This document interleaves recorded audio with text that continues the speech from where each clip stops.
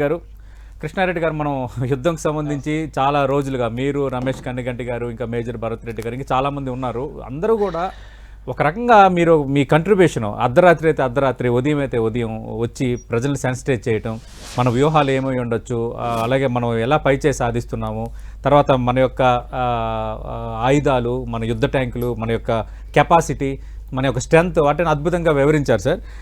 అంటే ఇప్పుడు ట్రంప్ వైఖరి పైన మనం మాట్లాడుకుంటున్నాం. అసలు ట్రంప్ ఎందుకు ఇలా వ్యవహరిస్తున్నాడు, ట్రంప్ ఎందుకు మన ఇండియా అంటే అక్కసారు? ట్రంప్ కంటే ముందు ఫస్ట్ ఆఫ్ ఆల్ టీవీ9కి, స్పెషల్లీ 10 టీవీకి, 10 టీవీ స్పెషల్లీ సతీష్ గారికి సార్. సో మీరు గత 10 రోజులుగా 15 రోజులుగా సెన్సిటైజేషన్లో కానివ్వండి, మన దగ్గర ఎలాంటి ఎక్విప్మెంట్ ఉంది, మనం ఎలా పోరాడగలుగుతున్నాం, ఎలా స్ట్రాటజీ, ఏం చేయగలుగుతున్నాం, ఇండియా చేయగలదా అని అన్నప్పుడు మనం కంప్లీట్ కాన్ఫిడెన్స్ ఇవ్వగలిగాము మన ప్రేక్షకులకి.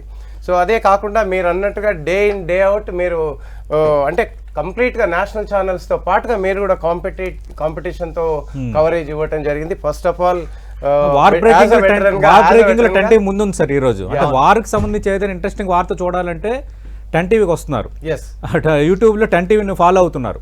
అంటే మేము అంత పగడ్బందీగా అంత కమిటెడ్గా not bother about TRP so and so, we the media as a respect, as a commitment మనం చెయ్యాలి, ఇది మనం నిలబడాలి, మన బాధ్యతగా మనం నిలబడాలి అనేది మా ఛానల్ ఉద్దేశం సార్. సో అందుకనే వెటరన్ గా మేము ఏం చేయొచ్చు అనే ఉద్దేశంతోనే మేము కూడా మీకు సపోర్ట్ గా ఉన్నాము. కంప్లీట్ అప్డేట్స్ ఇస్తూ ప్రాక్టికల్ గా, irrespective of political, irrespective of anything in the national interest, and మనం ముందుకు తీసుకెళ్ళాము. మనం ఏం మాట్లాడుకుంటున్నాం అది జరిగింది రియల్ గా. సో అంత దగ్గరగా మనం ప్రేక్షకులకు చెప్పగలిగాం.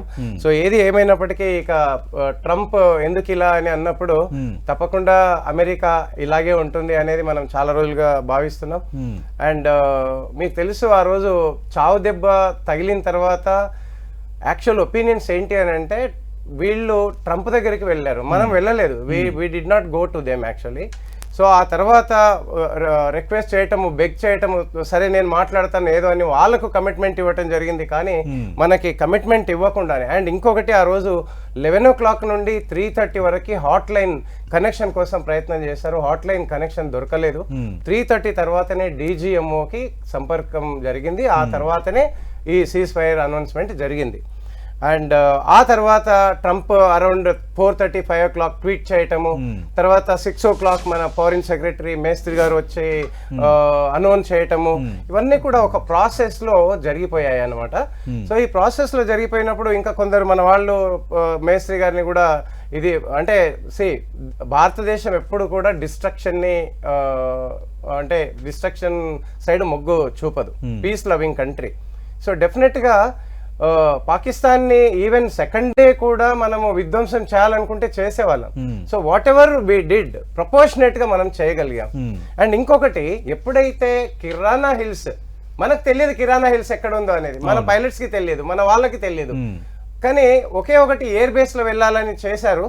కానీ ఇప్పటికీ కూడా పాకిస్తాన్ ధృవపరచటం లేదు. వాళ్ళ ఇబ్బందులు వాళ్ళకి అర్థమైంది. ఆ ఇబ్బందులతోనే అమెరికాకు వెళ్ళి బెగ్ చేయటం జరిగింది. ఆ విధంగానే మనము సీజ్ ఫైర్ కి ఒప్పుకోవటం జరిగింది. అండ్ ఆ తర్వాత కూడా సతీష్ గారు ఈవినింగ్ వాళ్ళు 7:30, 8 o'clock మళ్ళీ అగ్రెషన్ స్టార్ట్ చేశారు. అప్పటికి కూడా మన వాళ్ళు రెడీగా రిటాలియేషన్ చేశారు. ఆ రోజు 16 బంకర్స్ ని మనం కొట్టగలిగాం. సో ఆ విధంగా అంటే ఆ ఒక్కరోజు కూడా వచ్చి ఉంటే ఇంకా డిస్ట్రక్షన్ వెళ్ళేది. సో భగవంతుడు వాళ్ళని కాపాడాడే అనుకోవాలి. సో ఇప్పుడు ఇండియాలో ఉండేటటువంటి ప్రేక్షకులు కూడా ఇక్కడ ఇప్పటి వరకు ఏం జరిగిందో అదే గొప్పతనం యాక్చువల్లీ.